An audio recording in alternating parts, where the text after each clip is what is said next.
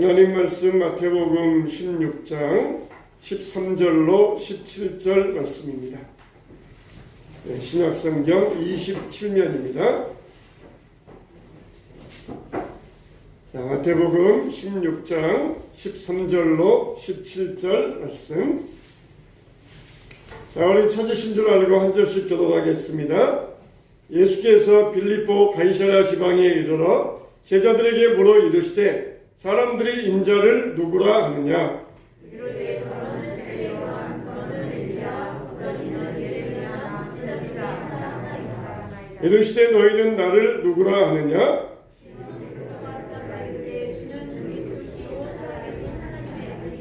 다 같이 예수께서 대답하여 이르시되 바요나 시몬아 내가 복이 있도다. 이를 내게 알게 하니는 혈육이 아니요 하늘에 계신 내 아버지이시니라. 아멘.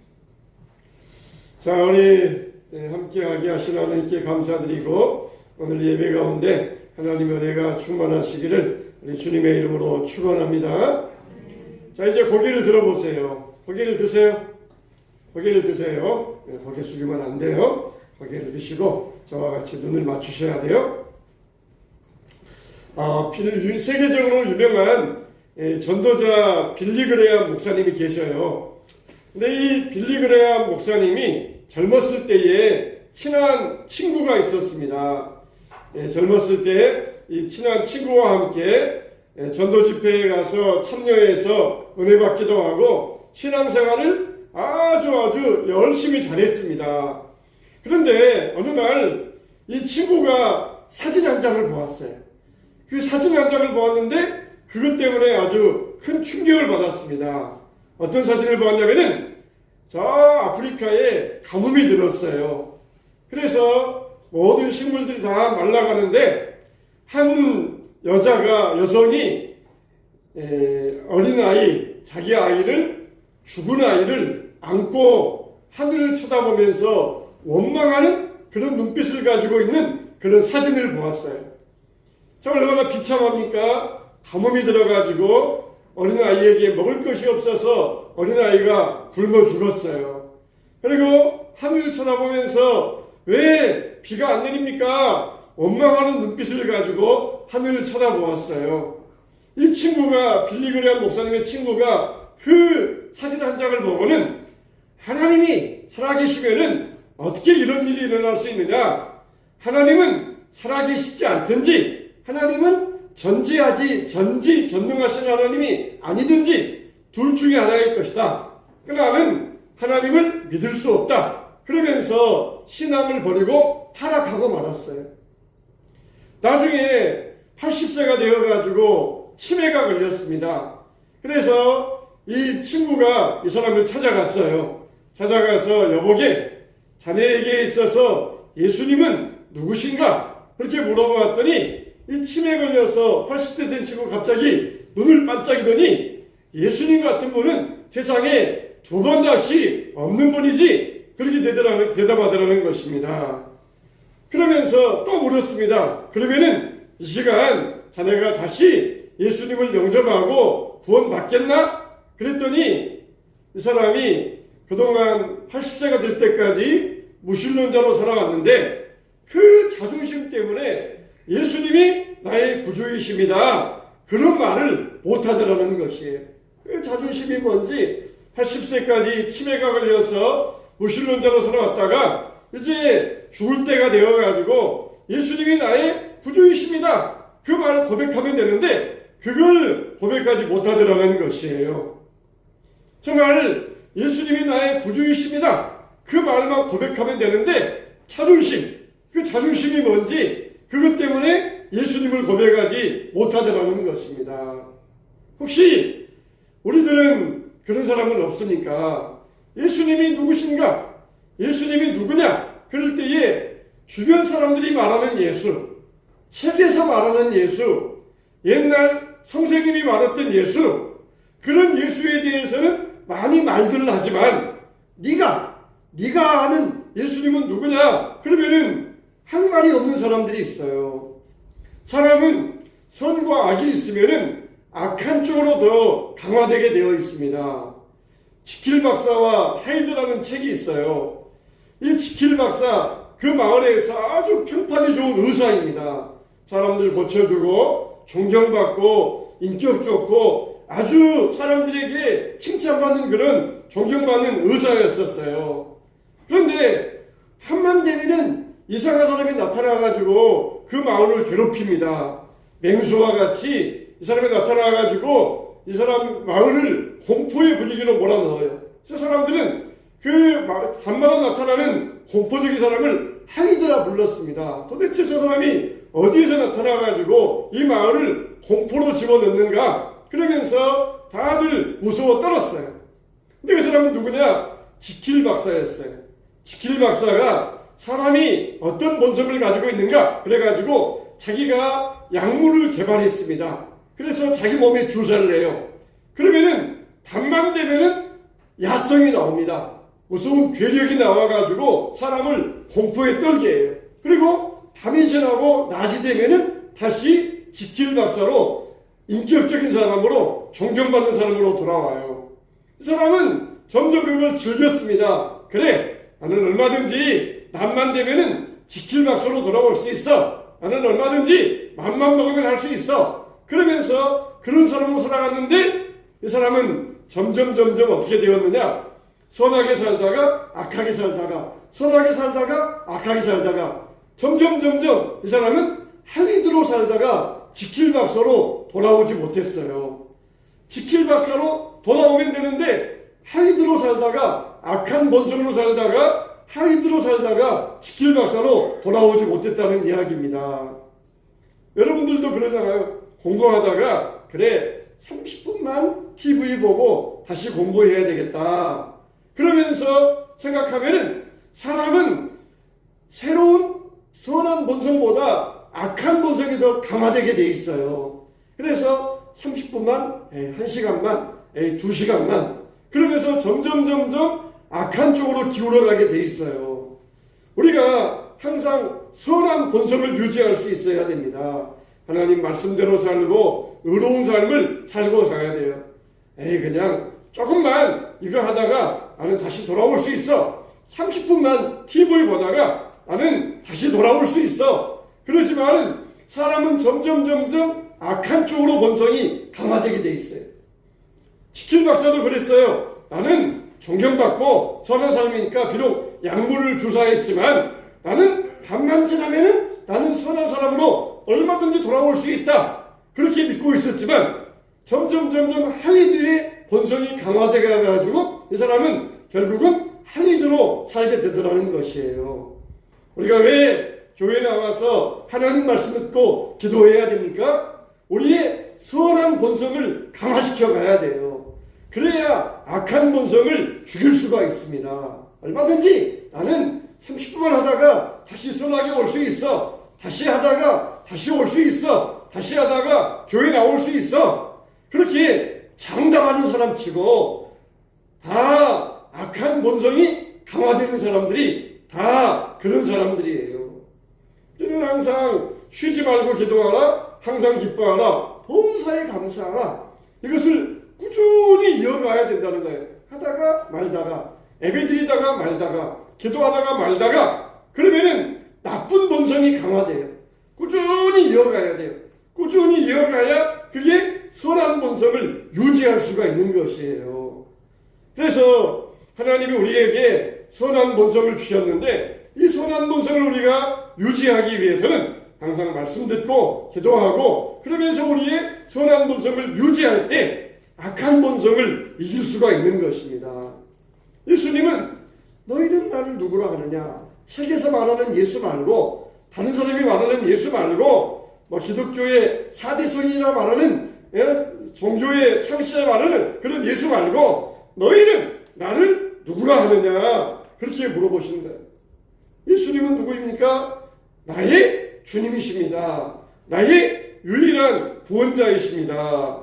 예수님은 이 땅에 오신 하나님의 아들이시고 메시아이시고 부활하신 나의 구원자이십니다. 그렇게 우리가 말할 수 있어야 돼요. 예수님이 부활하신 다음에 제자들을 찾아왔어요. 근데 마침 그 자리에 도마는 없었어요. 나머지 제자들은 우리가 부활하신 주님을 보았다. 근데도 도마는 믿지 않습니다. 내가 내 눈으로 보고 손으로 만져봐야 믿겠다. 예수님께서 도마를 위해서 찾아오십니다. 도마야, 그러면서 내 손을 여기에 넣어보고 옆구리에 넣어보아라. 근데 도마는 넣어볼 필요가 없었어요. 안 넣어봤어요. 예수님 보자 믿어지니까 안 넣어봤어요. 그러면서 나의 주시며 나의 하나님이십니다. 그렇게 고백했어요. 이게 예수님 만난 사람들의 고백이 되어야 돼요. 우리가 예수님 만나야 됩니다. 그래야 예수님을 나의 주님, 나의 하나님으로 모실 수가 있는 것이에요. 아니, 예수님 그분 2000년 전에 살았다는데, 그것도 저기 멀리 이스라엘에 살았다는데, 오늘 2000년 전 이스라엘에 사셨던 예수님이 오늘 나와 무슨 관계냐? 나와 무슨 상관이냐? 그분이 나에게 뭘 해줬다는 거냐? 그렇게 막 논리적으로 이론적으로 따지면은 정말 어려운 문제예요. 정말 어려운 문제입니다. 2000년 전에 이스라엘 땅에서 살다가 이 땅에 안 계시는 그분이 나와 무슨 관계냐? 나와 무슨 상관이냐? 나를 위해서 뭘 해줬다는 이야기냐? 그렇게 막 이론적으로 따지면은 어려운 문제예요. 그러나 예수님이 성령을 통하여서 내 심령에 찾아오시고 나를 만나주시면은 믿어지게 되고, 그분이 나를 위하여 죽으신 하나님의 아들이구나, 그분이 나의 구세주이시고 나의 메시아구나, 이렇게 믿어지면서 예수님을 뭐라고 고백합니까? 나의 주시며 나의 하나님입니다. 이렇게 고백하고 있는 거예요. 예수님은 누구냐? 너희는 나를 누구라 하느냐? 이게 바로 예수님의 질문이었어요. 정말 예수님은 여러분들에게 어떤 분이십니까? 부활하신 주님, 나의 구주, 이렇게 믿는 것이 가장 중요하다는 사실이에요. 멕시코에 원주민들이 사는 그런 마을이 있었어요. 근데 이 마을이 얼마나 가난한지, 마치 옛날 우리 시골에 돼지우리가 있어요. 돼지우리. 지푸라 깔고 그 안에서 밥 먹고 그 안에서 또 그냥 화장실도 처리하고 하는 그런 돼지우리 같은 그런 집이 있어요. 뭐 벽도 없고 천장도 엉성하고 바람이 들어오고 그런 돼지우리 같은 집에서 8명이 사는 거예요. 8명이. 거기에서 그냥 비비고 그냥 누워가지고 8명이 사는 것이에요. 그러니까 아이들은 태어나서 제대로 된 교육을 못 받습니다. 위생도 엉망이고 먹는 것도 엉망이고 아주 다 엉망이에요. 자, 그런데 그런 지역에서 살면은 평균 나이가 얼마냐? 35세입니다. 35세. 35세 되면은 평균 나이가 죽어요. 평균 나이가 35세밖에 안 돼요. 위생도 엉망이고 먹는 것도 엉망이고 다 엉망이니까 평균 수명이 35세밖에 안 돼요. 그런데 그곳에 한 선교사님이 가가지고 학교를 만들었어요. 뒹굴면서 교육도 못 받는 학생들을 위하여서 컴퓨터를 마련하고 그리고 영어 교재를 준비했습니다. 그런데 문제는 가르칠 선생님이 없는 것이에요. 한 백인 학생이 왔습니다. 이 학생은 배낭여행을 온 거예요. 놀러 온 거예요. 하버드대 4학년 재학생이었는데 놀러 왔어요. 놀러 와가지고 이 아이들의 비참한 모습을 보았습니다. 그리고 선교사님이 여기에 이 아이들을 가르칠 선생님이 필요합니다. 그랬더니 이 여학생이 성령의 감동을 받아서 제가 여기에서 이 학생들을 가르치겠습니다. 1년 동안 여기에 내가 있으면서 이 학생들을 위해서 내가 마침 영어도 하고 컴퓨터도 하니까 이 아이들을 가르치겠습니다. 그러면서 1년을 봉사했어요. 하버드대 4학년이니까 졸업하고 직장 취직해야 되는데 다 포기하고 1년을 봉사했어요. 1년 끝났어요.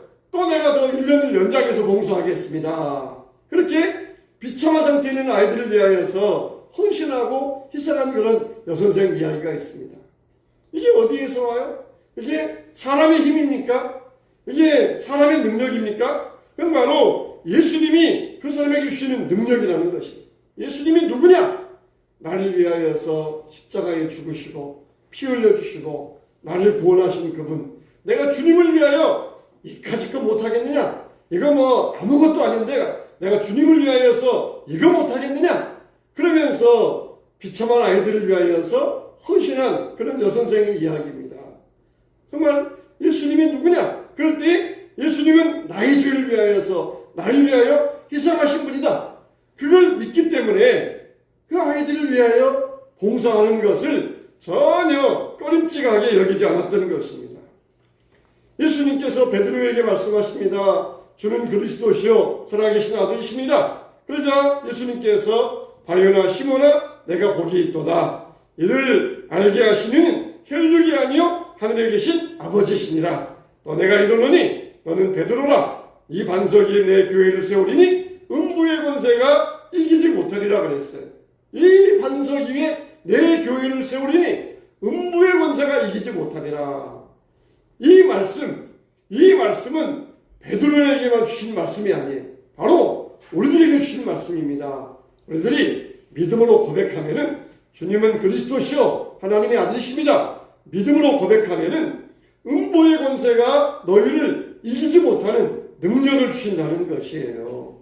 우리가 믿음으로 분명히 고백해야 됩니다. 주님은 그리스도이십니다. 하나님의 아들이십니다. 분명히 고백하면은 사탄이 와서 여러분들에게 예수님 믿지 마, 교회 가지 마, 그렇게 속삭이지 못하고 절대로 거기에 넘어가지 않는다는 것이에요.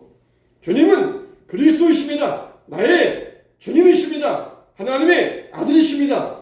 분명히 우리가 이걸 고백할 수 있어야 된다는 것이에요. 한번 따라서 해볼까요? 주님은 그리스도이십니다. 하나님의 아들이십니다. 나의 구주이십니다. 이걸 우리가 분명히 여러분 입술로 고백할 수 있어요. 그러면은 사탄이 아무리 여러분에게 와서 어떤 유혹으로 속삭인다 할지라도 우리는 절대 거기에 넘어가지 않는다는 것이에요. 그러면서 19절에 보면은 내가 천국 열쇠를 내게 주리니 내가 땅에서 무엇이든지 매면 하늘에서도 매일 것이요 내가 땅에서 무엇이든지 풀면 하늘에서도 풀리리라. 천국 열쇠를 우리에게 준다는 거예요. 땅에서 매면 하늘에서도 매이고 땅에서 풀면 하늘에서도 매이리라. 이건 뭐냐? 기도의 열쇠를 이야기합니다. 기도는 맞는 키예요. 맞는 키. 주님을 나의 아버지로 하나님으로 고백하고 믿는 자들에게는 기도하면 응답을 주시겠다는 것입니다. 요한복음에 보니까 너희가 내 이름으로 무엇을 구하든지 내가 행하리니 이는 아버지로 하여금 아들로 말미암아 영광을 받으시게 하려 함이라. 내 이름으로 무엇이든지 내게 구하면 내가 행하리라. 그러면서 기도의 권세를 주시는 것이에요. 기도의 권세를 주셨어요. 너희가 내 이름으로 무엇을 구하든지 내가 행하리라. 그러면서 우리에게 기도의 권세를 주셨어요. 여러분, 기도할 제목들이 있습니까? 그러면은 예수님 이름으로 기도하시기 바랍니다. 예수님이 여러분의 기도에 응답하여 주십니다. 마음속에 어떤 문제가 있고 갈등이 있고 마음속에 여러 가지 힘든 일이 있으면 주님 앞에 믿음으로 구하시기 바랍니다.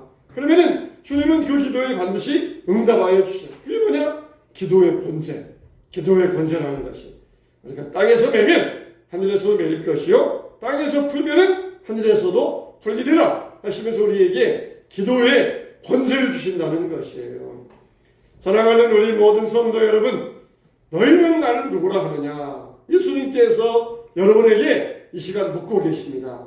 누가 말하고 책에서 읽고 어디에서 듣는 그런 예수님이 아니라 내가 믿는 예수님, 내가 만난 예수님, 내가 믿는 예수님, 그 예수님을 여러분 입술로 고백하시기 바랍니다.